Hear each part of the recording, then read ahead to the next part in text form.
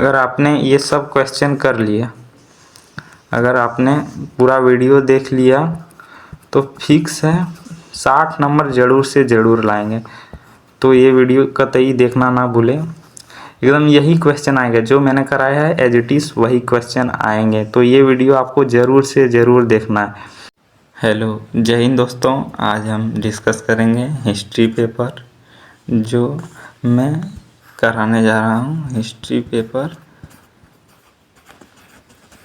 जिसमें सिलेबस आप देख सकते हैं, ये है सिलेबस हमारा, जिसमें टोटल फुल मार्क्स 100 है, जिसमें 75 एक्सटर्नल होगा। जैसा कि आप लोग जानते होंगे 75 एक्सटर्नल प्लस 25 इंटरनल एग्ज़ाम आप लोगों का हो चुका होगा।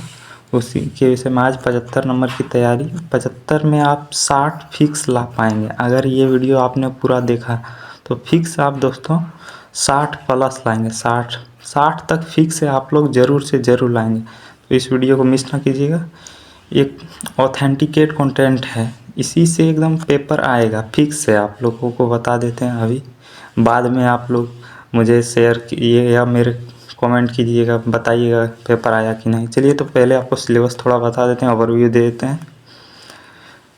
सबसे पहले जैसा कि दिया है यूनिट 1, यूनिट 2, यूनिट 1 दिया है।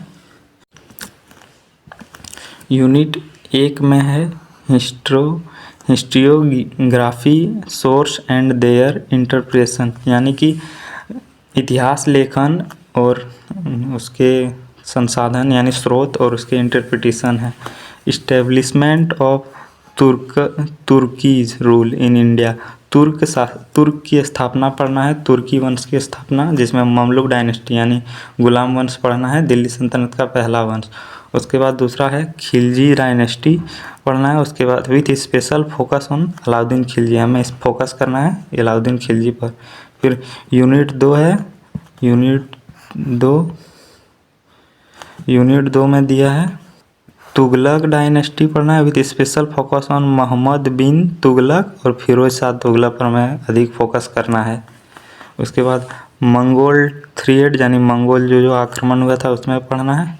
और तिमूर इन्वेजन, तिमूर में जो आक्रमण किया था उसी के बारे में पढ़ना है। और यूनिट 3 में एडमिनिस्ट्रेशन ऑफ दिल्ली सल्तनत का प्रशासन पढ़ना है। और प्रोविंशियल यानी प्रांत, मिलिट्री, सैन्य व्यवस्था, ऑर्गेनाइजेशन, एकता प्रथा, ये सब पढ़ना है। और 2 नंबर में डिस्ट्रीग्रेशन ऑफ दिल्ली सल्तनत, बंटवारा, दिल्ली सल्तनत का विघटन। और religion and culturalism, culture, Sufism and भक्ति मूवमेंट, आर्ट एंड, ठीक है, इन्हीं के विषय में। आर्किटेक्चर मतलब होता है स्थापत्य शैली, इन्हीं के विषय में पढ़ना है। चलिए आगे बढ़ते हैं, क्वेश्चन डिस्कस करते हैं। मैंने ऐसा हर टॉपिक से क्वेश्चन लिया है, हर टॉपिक से बढ़िया एकदम फिक्स है। ऐसा क्वेश्चन बनाया है कि आप लोगों का नंबर फिक्स है 60 प्लस आएगा, अगर आप मेरे कंटेंट को बढ़िया से पढ़ लेते हैं तो। चलिए आगे बढ़ते हैं। मैंने पहले 30 MCQ लिया है, जो हर यूनिट से VVI MCQ लिया है मैंने, देख सकते हैं आप। शुरू करते हैं। पहला नंबर क्वेश्चन है, दिल्ली सल्तनत का प्रारंभ किस वंश से माना जाता है? ममलुक या गुलाम वंश, ऑप्शन नंबर C। इसी को कहते हैं स्लेव डायनेस्टी। आगे बढ़ते हैं। 2 नंबर, भारत में तुर्की शासन की स्थापना किसने की? उत्तरबी कुतुबुद्दीन ऐबक तुर्की, यानी कि गुलाम वंश का पहला शासक कुतुबुद्दीन ऐबक ही था। आगे बढ़ते हैं। ताज उल मासरी के लेखक कौन थे? Option number D, Hasan Nizami. आगे बढ़ते हैं। 4 नंबर, इल्तुतमिश ने किस व्यवस्था को संगठित किया? एकता व्यवस्था को संगठित। एकता व्यवस्था का जो भूमि कर होता था, भूमि राजस्व, एकता व्यवस्था में भूमि यानी विभाजित कर दिया था और इक्तेदारों को दे दिया था, जिससे आप राजस्व उठाकर यानी कि शासन यानी सरकार को जो उस समय राजा था उसी को आप जमाव करके शासक को दे, यही प्रथा था। आगे बढ़ते हैं। क्वेश्चन नंबर है 5, रजिया सुल्तान। रजिया सुल्तान किस वंश की शासिका थी? ये तो गुलाम वंश की शासिका थी या ममलूक वंश, दोनों एक ही है। ममलूक या गुलाम जो बोले दोनों एक ही है, याद रखिएगा। चलिए आगे बढ़ते हैं। 6 नंबर क्वेश्चन है, अलाउद्दीन खिलजी किस वंश से संबंधित थे? अलाउद्दीन खिलजी खिलजी वंश से संबंधित थे, जैसा कि ऑप्शन ही नाम में ही दिख रहा है, खिलजी। आगे बढ़ते हैं। अलाउद्दीन खिलजी की बाजार सुधार नीति का उद्देश्य क्या था? ऑप्शन नंबर सी, मूल्य नियंत्रण था। आगे बढ़ते हैं। सिकंदर ए सानी की उपाधि किसने धारण की? Option B number, Alauddin Khilji ने। चालीसा किससे संबंध है? अमीरों के दल से। यह इल्तुतमिश ने बनाया था। 40 सरदार जो राजस्व एकत्रित करते थे, उसी के विषय में इल्तुतमिश ने बनाया था 40 सरदार, इसे चालीसा कहा जाता है। अलाउद्दीन खिलजी का दरबारी इतिहासकार कौन था? Option number A, Aamir Khusro. कौन था? आमिर खुसरो। यूनिट 2 का क्वेश्चन है, तुगलक वंश का संस्थापक कौन था? तुगलक वंश का था संस्थापक ए नंबर, गयासुद्दीन तुगलक। राजधानी परिवर्तन की योजना किस सुल्तान ने बनाई? Mohammad bin Tughlaq. Option number C. आगे बढ़ते हैं। तांबे की सिक्के चलाने की नीति किसकी थी? मोहम्मद बिन तुगलक। आगे बढ़ते हैं। फिरोज शाह तुगलक किसके लिए प्रसिद्ध थे? उत्तर सी, लोक कल्याण कार्य के लिए। 15 नंबर क्वेश्चन है, दीवान ए खैरात की स्थापना किसने की? Option number C, Firoz Shah Tughlaq. Bharat पर तैमूर का आक्रमण कब हुआ? यह एक भीषण आक्रमण था, जिसके बारे में हम लास्ट में डिस्कस करेंगे। इसके विषय में क्वेश्चन लिए हैं। तो इसके 1398 में भारत में तैमूर का आक्रमण हुआ था। तैमूर ने दिल्ली के किस सुल्तान के समय आक्रमण किया? यह ऑप्शन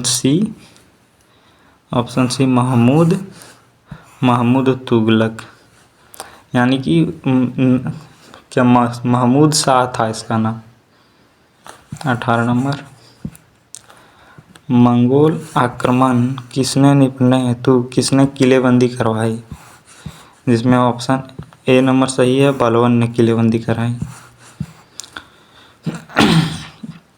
खूनी दरवाज़ा किससे जुड़ा है? ऑप्शन नंबर ए, तैमूर से। खूनी ये, चलिए आगे डिस्कस करेंगे इसके बारे में। क्वेश्चन नंबर बी, तुगलक काल में सबसे अधिक प्रयोगात्मक शासन कौन था? मोहम्मद बिन तुगलक। मोहम्मद बिन तुगलक बहुत सा प्रयोग किया था। इसने सिक्का चलाया था, वो भी फेल हो गया था। इसने राजधानी परिवर्तन किया था, उसमें भी कोई अच्छा रिजल्ट यानी नहीं मिला था इसको। इसने बहुत प्रयोग किया था अपने राज्य में, लेकिन कोई सफल नहीं हुआ था, इसलिए इसको प्रयोगात्मक शासक कहा जाता है। चलिए आगे बढ़ते हैं। यूनिट 3 के क्वेश्चन हैं, इक्ता प्रणाली किससे संबंधित थी? भूमि राजस्व, जैसा कि मैंने आप लोग बताया है। 22 नंबर, दिल्ली सल्तनत का सर्वोच्च अधिकारी कौन था? दिल्ली सल्तनत का सर्वोच्च अधिकारी सुल्तान, राजा से बड़ा कौन रहेगा? चलिए आगे बढ़ते हैं। दीवान ए वजारत किस विभाग से जुड़ा था? सी नंबर, वित्त विभाग से जुड़ा था, वित्त विभाग। क्वेश्चन नंबर, सल्तनत काल में सैन्य व्यवस्था किस पर आधारित थी? ऑप्शन सी, एकता पर आधारित थी, एकता प्रथा। दिल्ली सल्तनत का पतन का मुख्य कारण क्या था? उत्तर नंबर डी, उपरोक्त सभी। धार्मिक नीति था, कमजोर उत्तराधिकारी था, विदेशी आक्रमण। इन तीनों प्रभावशाली था दिल्ली सल्तनत का विघटन या पतन होने में। क्वेश्चन नंबर 26, सूफी संत आंदोलन का प्रमुख उद्देश्य क्या था? ऑप्शन नंबर बी भक्ति और प्रेम दिखाना। 27 नंबर क्वेश्चन है, भक्ति आंदोलन का प्रमुख संत कौन था? ये सभी थे, चैतन्य महाप्रभु, कबीर और रामदास। ये तीनों और भी बहुत संत थे मध्यकाल में, यानी मध्यकाल में मिडिवल हिस्ट्री में भक्ति आंदोलन चलाया गया था। उसी में सब लोग ये भक्ति आंदोलन में सुधार कर रहे थे, वो धर्म में सुधार कर रहे थे। आगे बढ़ते हैं। कुतुब मीनार क्या निर्माण किसने कराया था? ऑप्शन नंबर सी ऐबक ने, कुतुबुद्दीन ऐबक ने। कुतुब मीनार का निर्माण किसने कराया? कुतुबुद्दीन ऐबक ने। 29 नंबर, सल्तनत काल का प्रमुख स्थापत्य शैली क्या था? यानी पूछ रहा है सल्तनत काल में किस शैली पर अधिक मकान या मस्जिद ये सब बनाए जाते थे? Option number C Indo Islamic शैली में बनाए जाते थे। 30 नंबर, ये आखिरी को एमसी क्वेश्चन है। अगर ये 30वां क्वेश्चन आप कर लेते हैं तो आपका एग्जाम में फुल मार्क्स बनेगा 5। सूफी सिलसिला चिश्ती किस क्षेत्र में लोकप्रिय था? ऑप्शन नंबर बी दिल्ली में। चलिए आगे बढ़ते हैं। अब लॉन्ग क्वेश्चन टाइप है जिसमें 5 क्वेश्चन मैंने 6 को लिया। हर टॉपिक का क्वेश्चन लिया है जिससे कोई भी टॉपिक कैसा भी क्वेश्चन बने तो आप इजी से बना सकें। चलिए आगे बढ़ते हैं। Question answer discussion. यूनिट 1 के 2 VVI क्वेश्चन। भारत में तुर्की शासन की स्थापना की प्रक्रिया का संक्षिप्त वर्णन करें। यानी भारत में तुर्की शासन मतलब गुलाम वंश जितने शासक हैं वो सब तुर्क हैं, तुर्क से आए थे और यहीं शासन किए थे। चलिए डिस्कस करते हैं और आंसर की ओर बढ़ते हैं।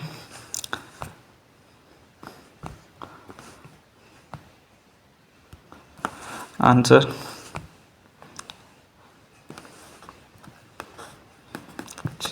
भारत में तुर्की शासन की स्थापना 1206 में हुई। कुतुबुद्दीन ऐबक द्वारा की गई। पहले मोहम्मद गोरी का गुलाम था, परंतु गोरी की मृत्यु के बाद उसने स्वतंत्र रूप से शासन संभाला और कुतुबुद्दीन ऐबक ने दिल्ली को अपनी राजधानी बनाया। आगे बढ़ते हैं।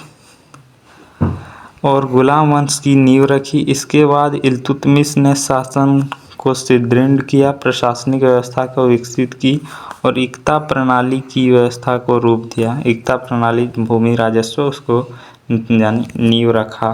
चलिए आगे बढ़ते हैं। तुर्की शासन भारत में केंद्रीकृत प्रशासन, नई सैन्य व्यवस्था थी, इंडो इस्लामिक संस्कृति को जन्म दिया, यानी इंडो इस्लामिक स्थापत्य शैली को यानी शुरुआत हुई। इस प्रकार तुर्कों ने मध्यकालीन भारत के इतिहास में नया युग आरंभ किया। इसमें बताया गया है कि कैसे तुगलक वंश यानी गुलाम वंश ने अपना नींव रखा था, यानी कि दिल्ली सल्तनत का पहला वंश इन्हीं द्वारा चलाया था। Option question number 2, Alauddin Khilji के बाजार नियंत्रण की नीति का मूल्यांकन कीजिए। यानी कि बाजार को नियंत्रण करने के लिए उसने क्या क्या कदम उठाए थे, चलिए डिस्कस करते हैं। अलाउद्दीन खिलजी ने अपनी सैन्य आवश्यकता को पूरा करने के लिए कठोर बाजार नियंत्रण नीति अपनाई। उसने अनाज, वस्त्र, घोड़े, दासों की कीमत निश्चित कर दी। दीवान ए रियासत नामक विभाग बाजार नियंत्रण के लिए बनाया। व्यापारियों पर कड़ा नियंत्रण रखा। जमाखोरी पर प्रतिबंध लगाया। इस नीति का उद्देश्य सैनिक कम वेतन देकर भी उनका आवश्यकताओं को पूर्ति करना। यद्यपि यह नीति कठोर थी, परंतु इससे महंगाई पर नियंत्रण हुआ और राज्य की सैन्य शक्ति मजबूत हुए। अलाउद्दीन की यह नीति मध्यकालीन भारत में सबसे कठोर आर्थिक नीतियों में से एक मानी जाती है। चलिए क्वेश्चन नंबर 3 की ओर बढ़ते हैं और यूनिट 2 के क्वेश्चन 3।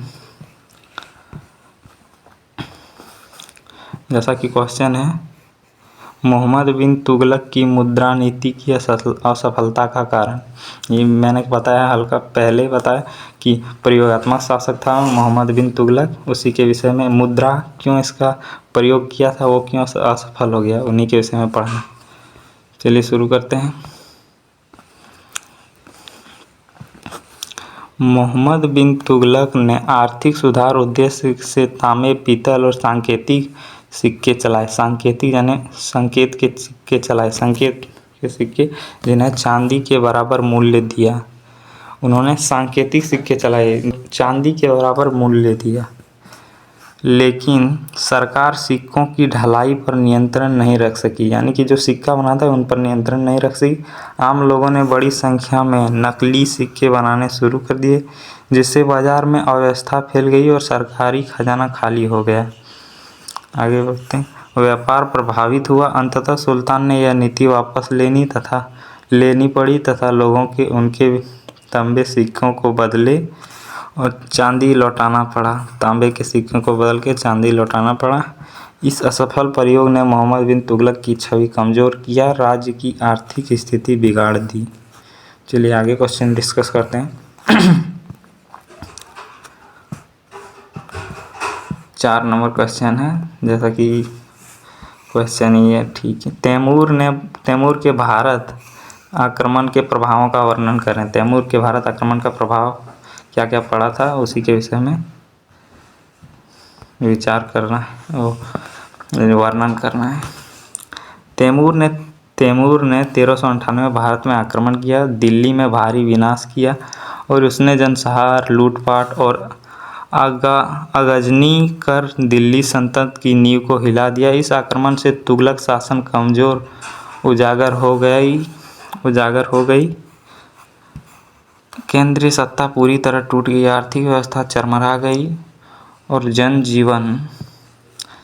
जनजीवन अस्त व्यस्त हो गया। तैमूर के आक्रमण के बाद दिल्ली सल्तनत तेजी से पतन की ओर बढ़ी, क्षेत्रीय राज्यों में उदय हुआ। इस आक्रमण ने भारत की राजनीतिक इतिहास में अराजकता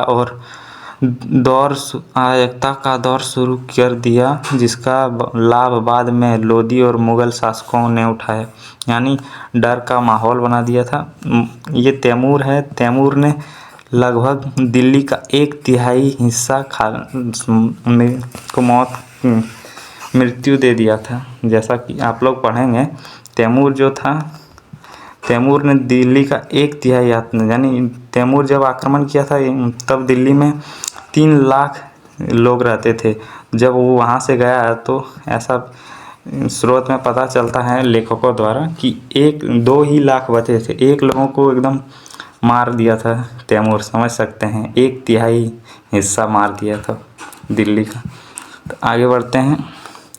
5 नंबर क्वेश्चन है, दिल्ली सल्तनत की एकता प्रणाली की प्रमुख विशेषता का वर्णन कीजिए।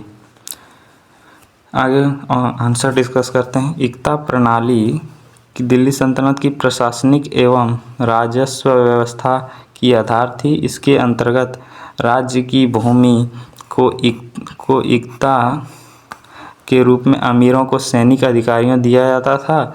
इक्तादार को उस क्षेत्र की वसूल का अधिकार होता था। यानी बता रहा है कि जो शासक होता था यानी राजा सुल्तान, वह कुछ छोटे छोटे सरदार बना देते थे और लोगों को कुछ एरिया देते, ये क्षेत्र में तुम्हें राज करना है, उन्हें सैनिक भी देते थे और उसी क्षेत्र से वो राजस्व यानी कर लेते थे और राजशाही में जमा कराते थे।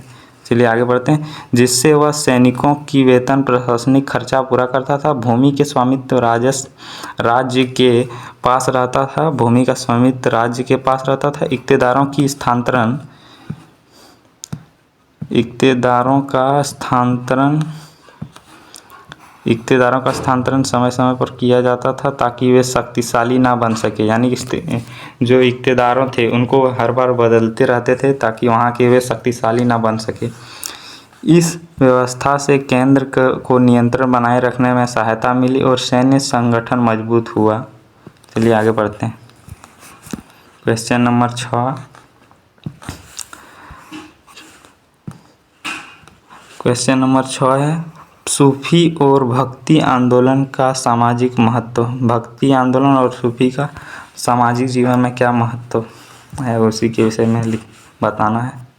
चलिए शुरू करते हैं।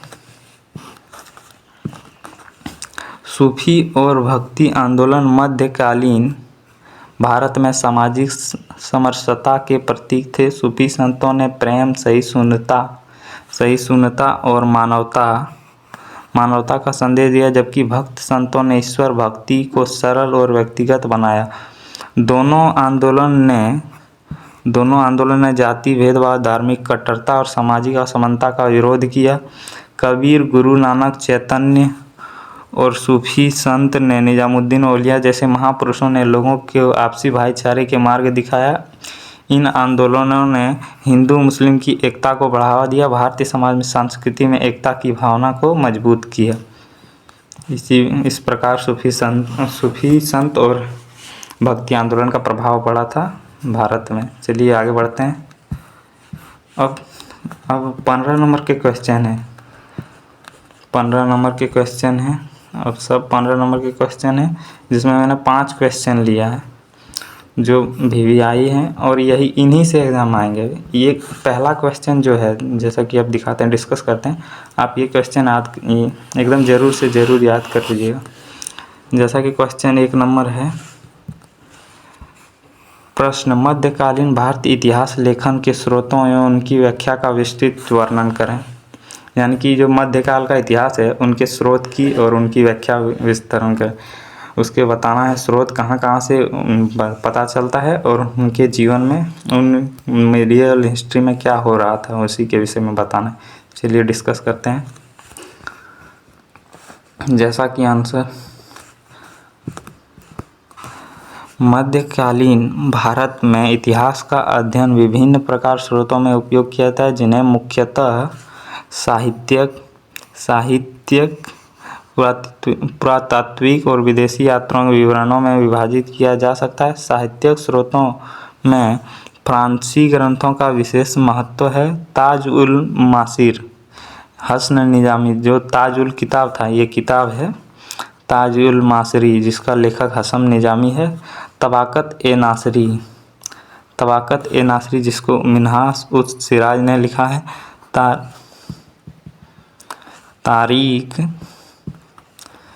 तारीख ए फिरोज शाही, जिसको जियाउद्दीन बर्नी ने लिखा है। जैसे ग्रंथ सल्तनत की काल की राजनीतिक, प्रशासनिक और सामाजिक स्थिति पर प्रकाश डालते हैं। यानी कि उनके जीवन में मिडिवल हिस्ट्री के बारे में इन्हीं स्रोत से हमें पता लगते हैं। चलिए आगे बढ़ते हैं। क्वेश्चन, अब पुरातात्विक स्रोतों में अभिलेख, सिक्के, स्मारक, स्थापत्य कला हैं। सिक्के, स्मारक जो चित्र बनाते थे और जो विरासत स्थल हैं, उन्हीं से पता लगते हैं। कुतुब मीनार, अलाई दरवाज़ा, तुगलकाबाद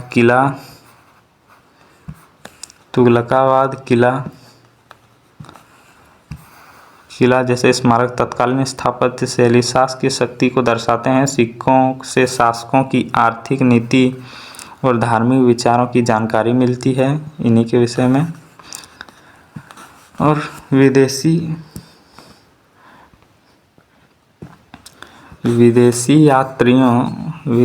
यात्रियों से जैसे इब्न बतूता, मार्को पोलो विवरण भी महत्वपूर्ण है। हालांकि इन स्रोतों की व्याख्या करते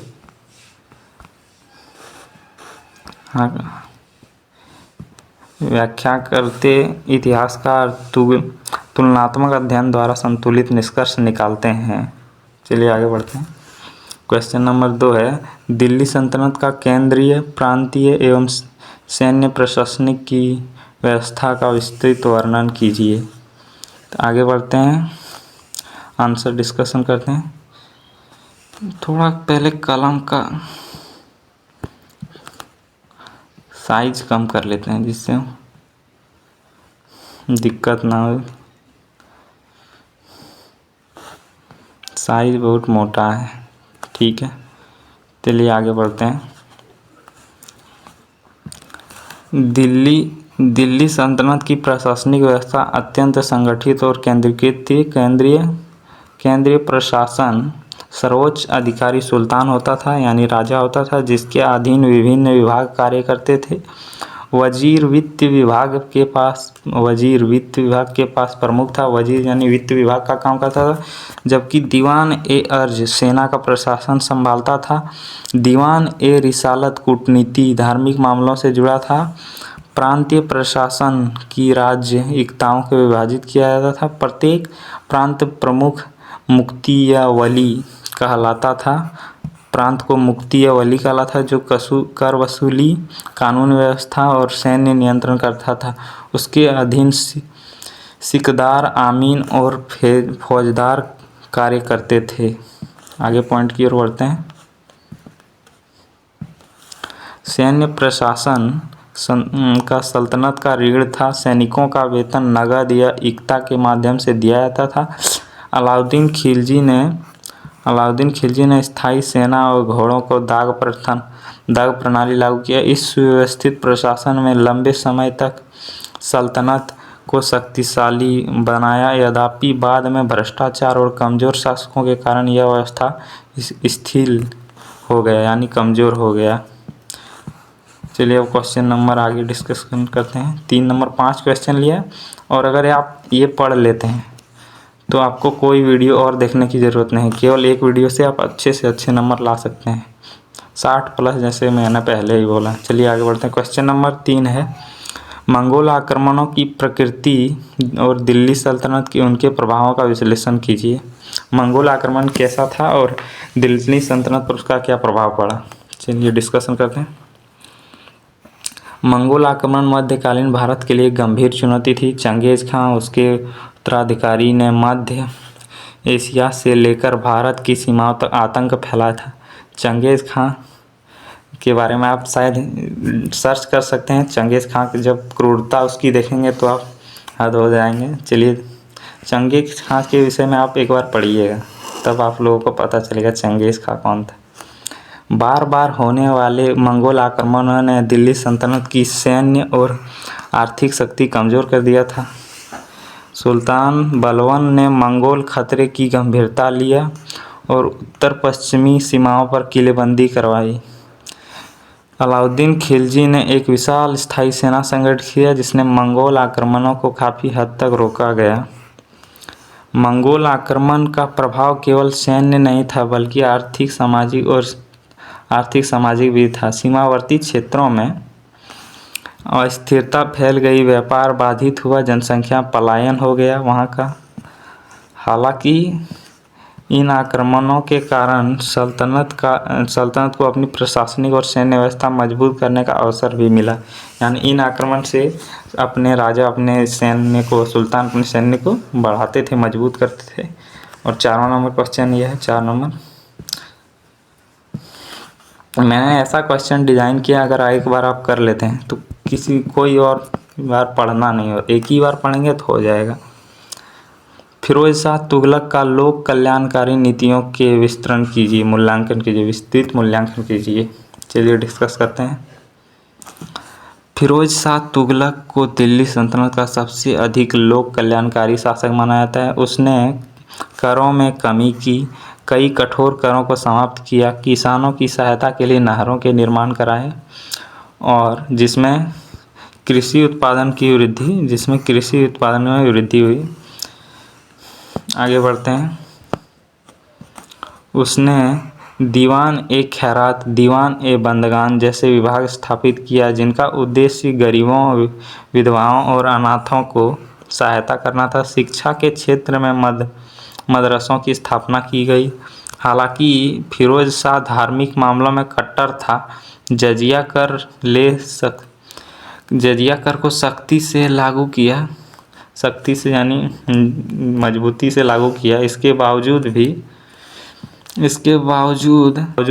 उसके कल्याणकारी नीतियों का सल्तनत काल की जनता को राहत प्रदान की और उसे एक आदर्श प्रशासक के रूप में स्थापित किया।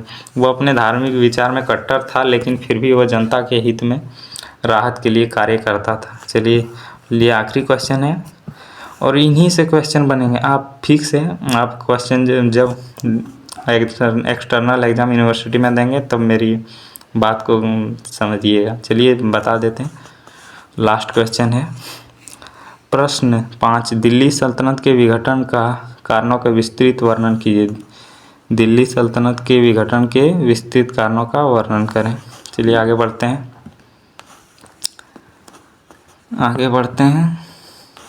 क्वेश्चन नंबर है, दिल्ली सल्तनत के पतन के पीछे कई आंतरिक और बाहरी कारण थे। कमजोर और उत्तराधिकारी दरबारी षड्यंत्र और प्रशासनिक भ्रष्टाचार ने केंद्रीय सत्ता को कमजोर किया।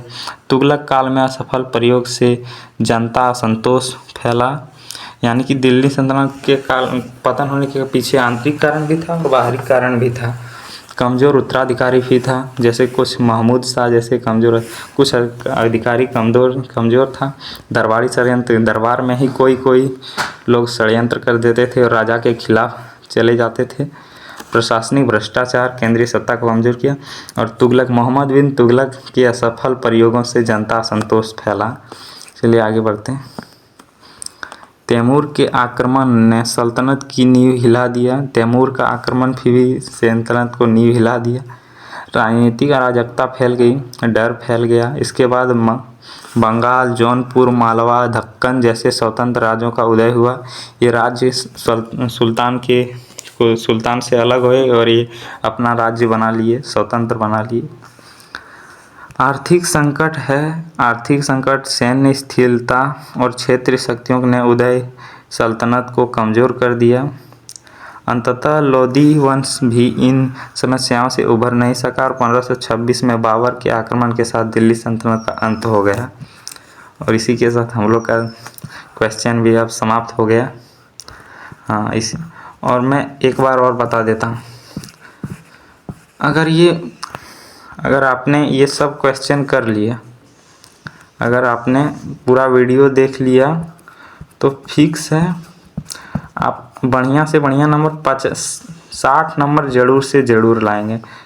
तो ये वीडियो कतई देखना ना भूलें। एकदम यही क्वेश्चन आएंगे जो मैंने कराया है, एज इट इज़ वही क्वेश्चन आएंगे। तो ये वीडियो आपको ज़रूर से ज़रूर देखना है, यहीं से क्वेश्चन आएंगे। एक बार मैं और लिख देता, ऑब्जेक्टिव, सब्जेक्टिव और सब इसी क्वेश्चन सभी यहीं से आएंगे। और आप शेयर सब्सक्राइब कोई नहीं करता है दोस्तों, आप लोग थोड़ा लाइक कर दीजिएगा। लाइक नहीं कीजिएगा तो शेयर कर दीजिएगा, जैसे कि आप लोग दोस्त देख सके, वो भी एग्ज़ाम में अच्छा नंबर ला सके। शेयर कर दीजिएगा और सब्सक्राइब भी कर दीजिएगा। ठीक है, मिलते हैं अगले वीडियो में। जय हिंद। जय हिंद दोस्तों।